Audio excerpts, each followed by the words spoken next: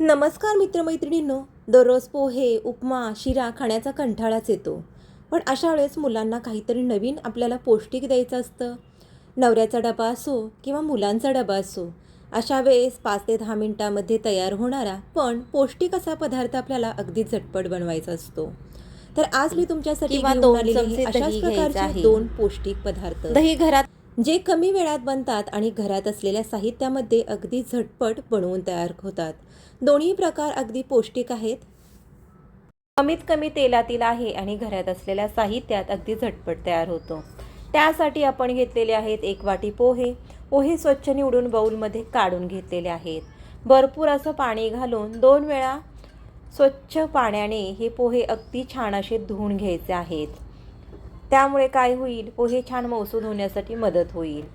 तर पोहे धुतल्यानंतर त्यातील एक्स्ट्राचं पाणी काढून टाकलेलं आहे.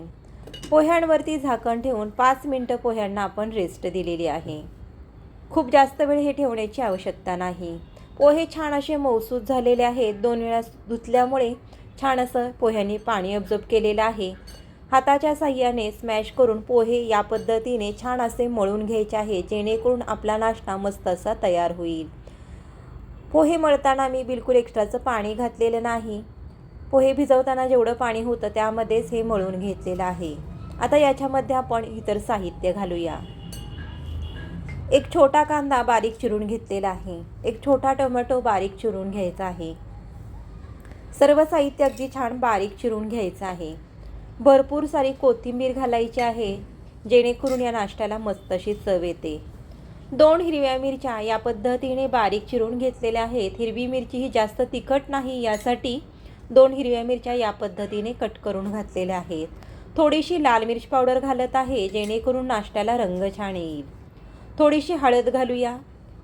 घरामध्ये लहान मुले असतील तर हिरवी मिरची आणि लाल मिर्च पावडरचं प्रमाण तुम्ही कमी जास्त करू शकता, किंवा फक्त हिरवी मिरच्याऐवजी लाल मिर्च पावडरसुद्धा घालू शकता. 2 चमचे तांदळाचं पीठ घालत आहे, जेणेकरून हा नाश्ता आपला छान कुरकुरीत होण्यासाठी मदत होईल. 2 चमचे आता बेसन घालूया, जेणेकरून या पदार्थाला छान असं बाइंडिंग येईल. साहित्यांचं जे प्रमाण दिलेलं आहे ते अगदी व्यवस्थित घेऊन तुम्ही सुद्धा या पद्धतीने पोह्यांचा हा नाश्ता बनवून पहा. सर्वात शेवटी चवीप्रमाणे मीठ घालायचं आहे आणि सर्व साहित्य छान असे हाताने मळून घ्यायचं आहे. हे मळताना सुरुवातीला पाणी घालायचं नाही. पोह्यांचं, कांद्याचं, टोमॅटोचं जे मॉइश्चर आहे त्याच्यामध्ये सुरुवातीला पीठ मळायचं आहे. गरज वाटली तर नंतर आपण अगदी थोडंसं पाणी घालू शकतो, पण सुरुवातीला बिलकुल पाण्याचा मी या ठिकाणी वापर केलेला नाही. छान असं दाब देऊन एकजीव असं हे पीठ मळून घ्यायचं आहे. आता छोटे 2-3 चमचे लागेल तेवढं पाणी घालून हे पीठ छान असं आपण मऊसूद मळून घेऊयात. खूप जास्त देखील पाणी मी घातलेलं नाही. पाहू शकता तुम्ही, पोहे खाण्याचे 2-3 चमचेच आपण याच्यामध्ये पाणी घातलेलं आहे आणि हे पीठ छान असं मळून घेतलेलं आहे. या ठिकाणी आपलं पीठ मळून झालेलं आहे. यानंतर गॅसवरती एक पॅन ठेवलेला आहे. पॅनला अगदी थोडंसं तेल लावून घ्यायचं आहे. नॉनस्टिकचा पॅन असेल तर तेल नाही लावलं तरीसुद्धा चालणार आहे. आता पिठाला आपल्याला रेस्ट देण्याची गरज नाही. यातील छोटासा पिठाचा गोळा घ्यायचा आहे. या पद्धतीने हातावरती छान असा गोल करून घ्यायचा आहे. हात पाण्यामध्ये बुडवून या पद्धतीने पीठ हातावरती घेऊन त्याचा गोल असा गोळा वळून घेतलेला आहे. आता तव्यावरती गोळा ठेवून पाण्याच्या हाताने हा छान असा थापून घ्यायचा आहे. याला तुम्ही पोह्याचे झटपट होणारे पॅनकेक किंवा थालीपीठसुद्धा म्हणू शकता. जेवढं आपल्याला पातळ थापता येईल तेवढं थापायचं आहे, किंवा थोडंसं जाडसर जर तुम्हाला आवडत असेल तर त्या पद्धतीने थापायचं आहे. पाण्याचा हात लावून हे छान असं मी थापून घेतलेलं आहे. झाकण ठेवल्यामुळे हे पटकन भाजलं जाण्यासाठी मदत होते. पाहू शकता तुम्ही, एका बाजूने हे छान भाजलं गेलेलं आहे. मस्त असा याला रंग आलेला आहे आणि ही थालीपीठ आहे ती छान खुसखुशीत तयार होतात. काही गडबडीच्या वेळेस मुलांना काहीतरी नवीन खायला द्यायचं असेल आणि तेही पौष्टिक, कमी तेलातील आणि झटपट तयार होणारं, तर अशा वेळेस तुम्ही हा झटपट तयार होणारा नाश्ता बनवून पहा. अतिशय चविष्ट असा लागतो. याला रंगसुद्धा छान आलेला आहे, कमी साहित्यातील आहे आणि कमी वेळात तयार होणार आहे. दुसरंसुद्धा थालीपीठ आपण पोह्यांचं याच पद्धतीने थापून घेणार आहोत. परत एकदा पॅनला आपण तेल लावलेलं आहे. छोटासा पिठाचा गोळा घेऊन पाण्याचा हात लावून छान एकसारखं हे थापलेलं आहे. नेहमी कांदे पोहे खाण्याचा जर तुम्हाला कंटाळा आला असेल तर अशा वेळेस तुम्ही हा पदार्थ नक्की बनवून पहा. अतिशय पौष्टिक आहे. सध्या हिवाळा आहे तर हिवाळ्यामध्ये भरपूर अशा भाज्या बाजारामध्ये येतात. तर यामध्ये तुम्ही कोबी, पालक, गाजरसुद्धा किसलेलं घालू शकता. आत्ता घरामध्ये ज्या भाज्या अवेलेबल होत्या त्या मी हे थालीपीठ बनवताना वापरलेले आहेत. बिलकुल हे थालीपीठ तुटत नाहीत, तव्याला चिकटत नाहीत. अगदी छान खुसखुशीत असे हे थालीपीठ खाताना लागतात. तर नक्की एकदा ट्राय करून पहा. नेहमी त्याच प्रकारचे थालीपीठं खाऊन किंवा पोह्यांचे तेच पदार्थ खाऊन कंटाळा असेल तर नक्की हा नवीन पदार्थ बनवा. आता आपण आपल्या दुसऱ्या रेसिपीकडे वळूया. हे आहेत झटपट तयार होणारे डोसे. तांदूळ, रवा जास्त वेळ भिजत न घालता या पद्धतीने तुम्ही अगदी झटपट सकाळच्या घाई गडबडीमध्ये मऊ लुसलुशीत आणि जाळीदार डोसे बनवून तयार करू शकता. इनो, खाण्याचा सोडा न वापरता हे डोसे आपण बनवून तयार केलेले आहेत. मऊ लुसलुशीत राहतात जरी थंड झाले तरी, त्यामुळे डब्यात देण्यासाठी अगदी परफेक्ट अशी रेसिपी आहे, पाहू शकता तुम्ही. आणि यासोबत आपण एक चविष्ट चटणीसुद्धा बनवून तयार केलेली आहे. चला तर आपल्या पटकन पुढच्या रेसिपीकडे वळूया. मिक्सरच्या भांड्यामध्ये 1 वाटी तांदळाचं पीठ काढून घेऊयात. घरामध्येच हे पीठ मी तयार केलेलं आहे. रेशनिंगचे तांदूळ धुतले, सावलीमध्ये सुकवले आणि गिरणीतून दळून आणले. तुम्ही रेडीमेड तांदळाचं पीठसुद्धा वापरू शकता. आता त्याच वाटीने अर्धी वाटी बारीक रवा घेतलेला आहे. बारीक रवा नसेल तर मोठा रवा वापरू शकता.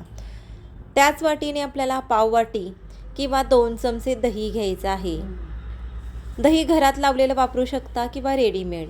थोडीशी साखर घालायची आहे, जेणेकरून डोशांना रंगसुद्धा छान येतो आणि चवसुद्धा छान येते. 1 वाटी पाणी घालत आहे.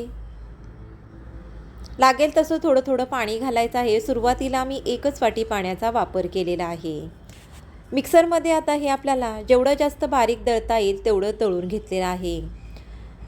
तर तुम्हाला व्हिडिओमध्ये मी सुरुवातीला दाखवलं होतं 1च वाटी पाणी मी घातलेलं आहे. एक्स्ट्राचं पाणी मी यामध्ये घातलेलं नाही. गरज लागली तर नंतर आपण याच्यामध्ये पाणी ॲड करू शकतो. बारीक केलेलं मिक्सरच्या भांड्यातील पीठ आपण बाउलमध्ये काढून घेतलेलं आहे. पाहू शकता तुम्ही पिठाला आत्ताच किती सुंदर जाळी दिसत आहे. हे पीठ आता आपण साईडला असंच ठेवूया. तोपर्यंत आपण चटणी तयार करणार आहोत. चटणी तयार करण्यासाठी मिक्सरचं छोटं भांडं घेतलेलं आहे. याच्यामध्ये ओल्या खोबऱ्याचे काप काढून घेतलेले आहेत. ओलं खोबरं नसेल तर सुक्या खोबऱ्याचा वापर करू शकता. 2 चमचे भाजकं डाळं घेतलेलं आहे. 1 हिरवी मिरची घेतलेली आहे. थोडंसं आलं घ्यायचं आहे. 2 लसणाच्या पाकळ्या घेतलेल्या आहेत आणि भरपूर सारी कोथिंबीर घालत आहे. देठांसहित कोथिंबीर घालायची, जेणेकरून चटणीला चव छान येते आणि रंगसुद्धा मस्त येतो. चवीप्रमाणे मीठ घातलेलं आहे. अगदी थोडीशी साखर घातलेली आहे. सुरुवातीला पाणी न घालता हे मी वाटून घेतलेलं आहे. सुरुवातीला जर आपण पाणी घातलं तर एकसारखं हे बारीक वाटलं जाणार नाही. यासाठी या पद्धतीने कोरडा दोगर वाटून घ्या आणि त्यानंतर थोडंसं पाणी घाला. चटणी तुम्हाला किती घट्ट पातळ आवडते त्याप्रमाणे तुम्ही याच्यामध्ये पाणी घाला. तर या ठिकाणी आपली झटपट तयार होणारी खोबरं आणि कोथिंबिरीची चटणी तयार झालेली आहे. आपण पिठाला 5 ते 7 मिनिट रेस्ट दिलेली आहे. चटणी तयार होईपर्यंतच पीठ आपण रेस्टिंगसाठी ठेवलेलं होतं. तुमच्याकडे वेळ असेल तर तुम्ही जास्त वेळ जरी याला रेस्ट दिली तरीसुद्धा चालणार आहे. 5 मिनिट रेस्ट दिल्यामुळे रवासुद्धा छान फुलतो आणि बॅटर छान मिळून येतं. तर पाहू शकता तुम्ही बॅटरची कन्सिस्टन्सी. तर याप्रमाणे आपल्याला डोशासाठी पीठ तयार करायचं आहे. चवीप्रमाणे मीठ घालायचं आहे आणि 1 मिनिटभर हे पीठ आपल्याला व्यवस्थित मिक्स करून घ्यायचं आहे. थोडंसं फेटून घ्यायचं आहे, जेणेकरून पीठ हलकं होईल आणि मऊ लुसलुशीत जाळीदार डोसे तयार होण्यासाठी मदत होईल. तर या पद्धतीने आपल्याला डोशाचं पीठ तयार करायचं आहे. सुरुवातीला मिक्सरमध्ये पीठ बारीक करून घेताना खूप जास्त पाणी घालायचं नाही. ही एक महत्त्वाची टीप या ठिकाणी लक्षात ठेवा. गॅसवरती डोसा तयार करण्यासाठी तवा गरम करून घेतलेला आहे. तवा छान कडकडीत गरम करून घ्यायचा आहे. थंड पाण्याचा हबका देऊन सुती कपड्याने पुसून घ्यायचा आहे आणि गॅसची फ्लेम लो ठेवायची आहे.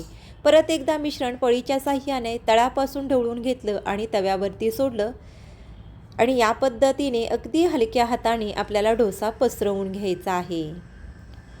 डोसा पसरवताना आपल्याला एक महत्त्वाची काळजी घ्यायची आहे.